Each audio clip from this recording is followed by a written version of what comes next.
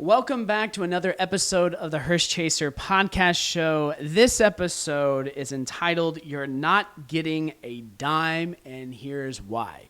We had some other topics I'll tell you about in a minute, but we're talking about disinheriting heirs. We're talking about how to do it, what can you do it, should you do it, and then I'm going to tell you my absolute favorite line on how to disinherit someone. So stick around for the Hearse Chaser podcast show, and we'll see you in just a minute.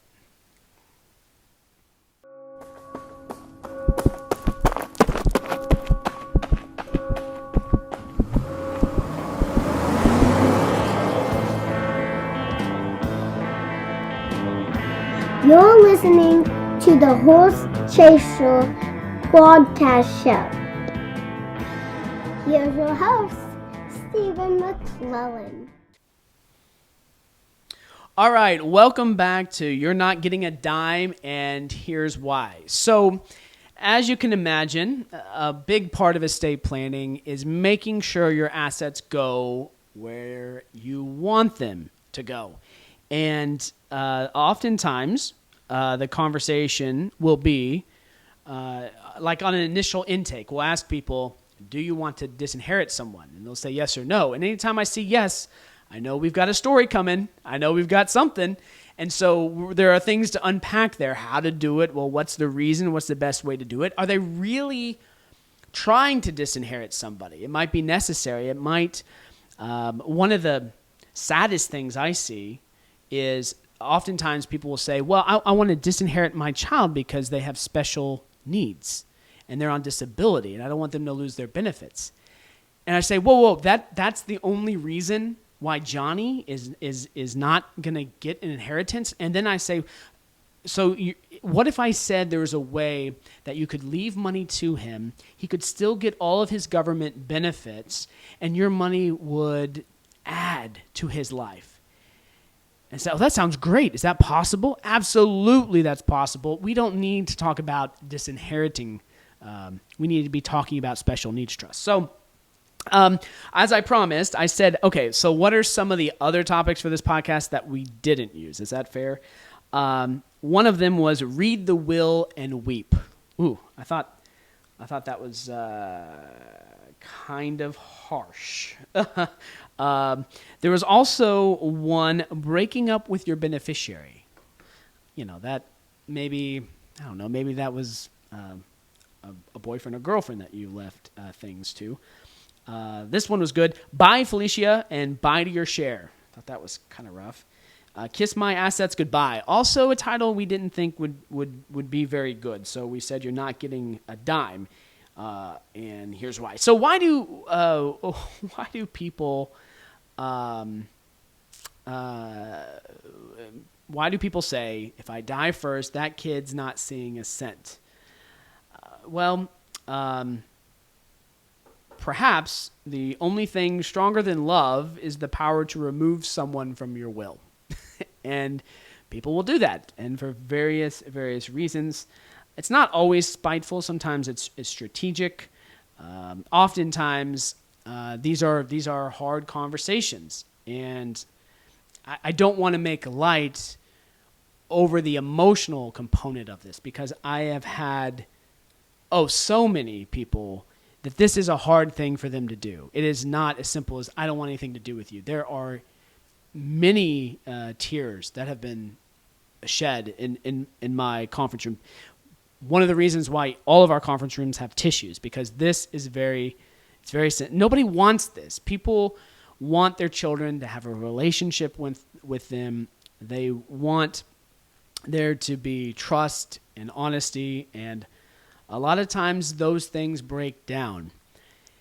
And sometimes I see, it's not necessarily the child, but the child married someone that changed the child, and that happens too. But here are just some interesting statistics before we get into the actual reasons that people disinherit. First, according to an AARP study in 2023, 1 in 10 people intentionally leave an immediate family member out of their will. So if you think you're alone, you're not. 10%. And I think I think 10%'s not a bad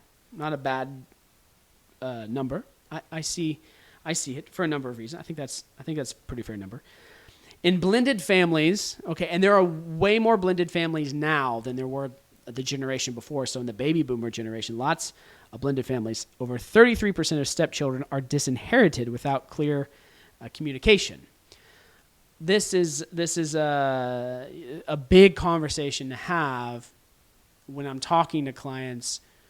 Are we disinheriting your children or your stepchildren? Are we disinheriting the whole lineage, like the whole family tree? So my daughter gets disinherited. She and any descendants disinherited, or just my child. So a lot of times I will see maybe the client disinheriting the child to give the money to the grandchild. They want to see them set up for success. I think that's a big thing. The rise in no contest clauses is up 28% in the last decade. These are especially true in higher net worth plans. That has been the impression that I have gotten, is the use of those, and you make it really easy to give the judge an out. So if there's a contest, you know you're in court. You know people are arguing. And it's nice to have that lever that judge can say, I'm going to enforce the no contest clause. The other term of it is an ad terum clause. Like, you can just think of, someone contesting something as providing terror, right? That would be a reason to have that.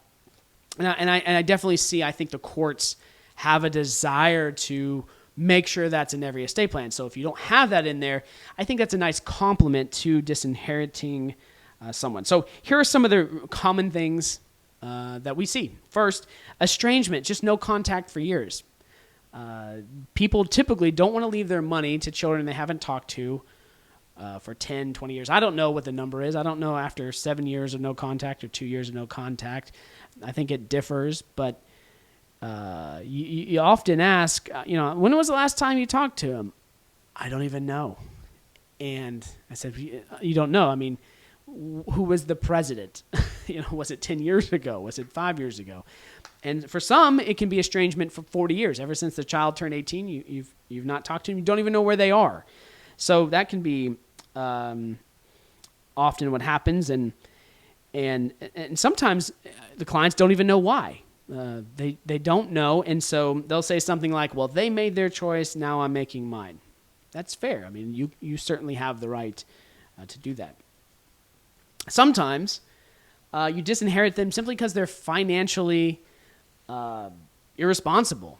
What good does it do to give someone money that that they're just going to blow it? And this is common, I think, if there's gambling, if there's an addiction, there can be some mental health issues that they are not capable of handling their funds. And if that's the case, you might not want to leave them the money, certainly not outright. I think there's things that you can do, but you certainly don't want to waste it. I had a lady say these words. I thought this was the most insightful words I had heard on the topic of inheritance. She said that, money is like energy, and I've worked really hard. I have all this energy, and I don't want to give this energy to my kid or to anyone who's just going to use it on themselves and the energy goes away. I want them to use it and to grow and do something with. I thought that's a great way of thinking about what you're handing off to the next generation or to charities, having it be like energy. I thought that was a great thought. And that could be a reason to disinherit someone, that they are just going to use the money for themselves. Family conflict. Sometimes there is emotional and physical mistreatment that has occurred. It's also true that sometimes children are in prison, and you probably don't want to leave money to someone in prison. And you can write things into your estate plan that say, if so-and-so is charged and convicted of a crime, they get nothing. Pending final resolution of that charge, money will be held until It's determined, so that can be language that you might put into an estate plan. It could be that you've already given them something. That's not a pro or con thing. You may have said, I have given this child this home or helped them out. I'm going to disinherit them because they've already received everything. So that's a positive thing. I think I see that a lot. Parents want to see their kids succeed while they're alive, and they can see it. And so if you've already done that, you may disinherit them, not from a mistrust or they're irresponsible, but you've already helped them out. Thank you for tuning in to the Hearse Chaser podcast show. Our mission is to be your first choice for last wishes. Want to dive deeper? Join us over at the Hearse Chaser Academy, where we've created 8 on-demand courses for each stage of life. From young adulthood to retirement, navigating separation or blended families, and everything in between, we help you plan for the future, no matter where you're at. Now stay with us as the ride continues on the Hearse Chaser podcast show. Sometimes, this is very common, a lot of times one of the children will take care of mom and dad at the end of their life. And there's that particular child may be favored in the sense like they may get a home. And that might be the only asset. So you may disinherit the rest of the family only because you don't have the money now to pay your child, but you're going to give them the home for taking care of the kids. So that is in some ways kind of a disinheritance. There's also spouses. Sometimes we'll get questions, well, I want to disinherit my spouse and I don't want them to get anything. And I say, this is going to be a longer conversation than most meetings.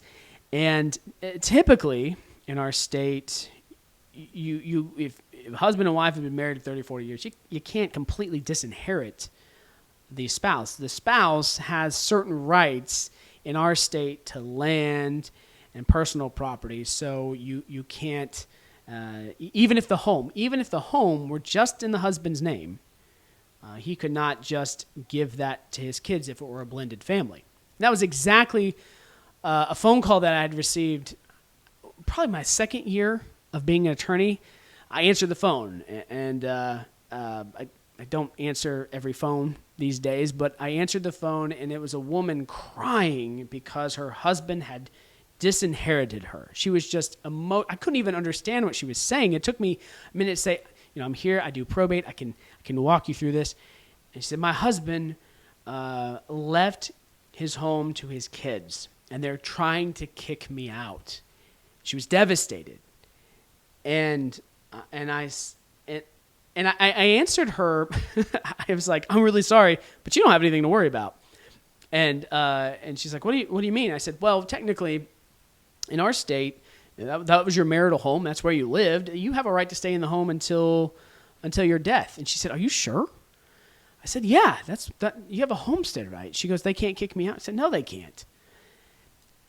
And that was the moment in my life where I loved the opportunity to give someone relief, to tell them the good news, right? I didn't write the law. Whoever wrote the law, a pat on their back for thinking about surviving spouses and husbands who'd want to disinherit someone. But I just told her the good news. And I don't know who, that's all. The person never called back to my knowledge, but to just be able to say, there are some limits to disinheriting, and your spouse is not one of them. So here's the thing. How do you properly disinherit someone? Okay? I'm going to tell you the worst ways to disinherit them, and then I will tell you my favorite way to disinherit them. Okay? I think one of the worst ways to disinherit someone is a few years ago I had a will that left $10 to someone. And so if you leave money to someone, that someone has an interest. They're an interested party, and they're entitled to notice and all sorts of things. And as you can imagine, that person was not very happy to get $10. And so while we were going through the probate of that estate, we had to do notices, and we couldn't do anything we couldn't do anything without having a hearing. Okay. To wrap it up, otherwise probate is mostly paperwork. You don't have a whole lot of hearings, but in this case, if you don't get everybody to agree on something, then you're going to have a hearing. And so we had a hearing, and judge said, yeah, $10 and everything to this other person. I can't remember. I just remember the $10. So we have an order from a judge that says, give $10 to this person. You want to know how much money we ended up actually spending? I mean, first we sent a certified letter that was returned. And then we sent out a process server. That was like $100. And we had multiple attempts. We ended up spending probably $300 or so just to prove to a judge, hey, judge, you told us to give $10, and we did. Well, we couldn't do it. And so we ended up having to have another hearing and saying, hey, judge, we have tried. We have tried to give the $10. Won't accept. Here's all the things we did. And judge said, I think that's sufficient. So you want to talk about, you say $10, like, oh, it's harmless, right? Well, you still have to prove to a judge you did it. And it was very, very, very frustrating to have that particular judge was very particular about everything. Wanted all the I's dotted, T's crossed, and proof, wanted to have a hearing that you tried to do it. And so I don't like leaving small amounts of money to people. It just creates headaches. So one of my favorite lines, I read this in a book. It was, I read this over 20 years ago. I was just in a Barnes & Noble reading books. Maybe not quite 20 years ago, but I was reading books, and the one I was reading on was, they have some books there that are about end of life, and I read one, and I don't even know who said this, but they said the best way to disinherit someone, this is what it said: to my cousin Vinny, I leave the satisfaction of being named in this will. So all you get is just being named in this document. I thought that was a beautiful something. I mean, you left him something. Just recognition. That's something. I thought that was pretty clever. And I have done that for clients. I've added another line saying, you get nothing. But you got to be very, very clear here that you don't want them to receive any part of the estate plan. It can't be, I wish that they don't receive it. You got to say they get nothing. And it is hard. It is hard to see the word disinherited and your child's name in a sentence. That is an emotional thing. I see it. When clients sign those documents and they see that line, I know it hits them. I mean, that's when it comes out of the head, out of the mouth, and it's on paper and you're signing it, it hits differently. But it's got to be explicit. You have to say the person and state that they're being left out. Now, the actual document doesn't have to say why, but that's what it is. I've seen the language, I leave my love and affection to cousin Vinny. And, okay, that's something. I don't think that softens it at all. I don't think that makes the child, cousin Vinny, feel any better about leaving it. But that is at least one way you can do it. I think, if you're going to disinherit, you've got to make sure that you're clear. Are you disinheriting this person and this person's descendants? Okay. Because you don't want to have any ambiguity there when you're disinheriting someone. You don't want families having blown up and getting upset about this. But you got to be consistent. And one of my biggest pet peeves is in estate plans that are inconsistent when you look at bank accounts, life insurance, retirement accounts, and the will. And there's inconsistencies because just because you update a will or a trust in an office, that doesn't mean all the other assets are set up the same way. So you got to be clear when you're doing this. Is it actually consistent in all places? So it's I guess in closing, it's more than thinking about disinheriting someone. The more you think about it, the worse. If you've been thinking about it for some time. Getting it on paper, getting it out of your mind, out of sight is very, very helpful. You got to document it. You got to write it down. That's why pens are so important in the estate planning practice. You got to write it down and update it. If it changes, then change it. So if the child comes back or if circumstances change, they clean themselves up. It is certainly something that you can change if something happens. I think the best inheritance is peace. It's not about money. I think having a plan and having peace, especially if you intend to disinherit, you have to think about the impact that it has on the other family members, how that can affect them. So if you don't tell that family member they're being disinherited, they have no idea, then that leaves a whole bunch of drama. So that's where I like when Dave says, if they're not getting anything, tell them now so they can be mad at you and not mad at their siblings who have to live on. I think there is some wisdom to that, but providing clarity is important. Certainly don't ever say that you intend to disinherit someone and don't do it. That's the worst, because now the children are upset. They come into my office and say, well, they said they were going to disinherit Cousin Vinny, but they never got around to doing it.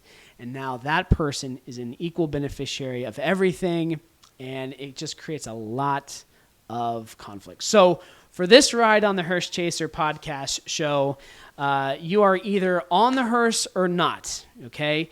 You either get a ticket or you don't. You got to be clear so that the people who are there after you know exactly what your wishes are, and you don't leave your family a mess. The hearse is not something that you can avoid, but it is something that you can plan for. Thanks for joining us on this ride. Like us on Facebook, subscribe to us on YouTube. Thanks for riding along with us today, and hope you enjoy the rest of your day. Hey, thanks for listening to the Hearse Chaser podcast show. Please remember, you can't outrun a hearse, but you can leave your family with a smooth ride.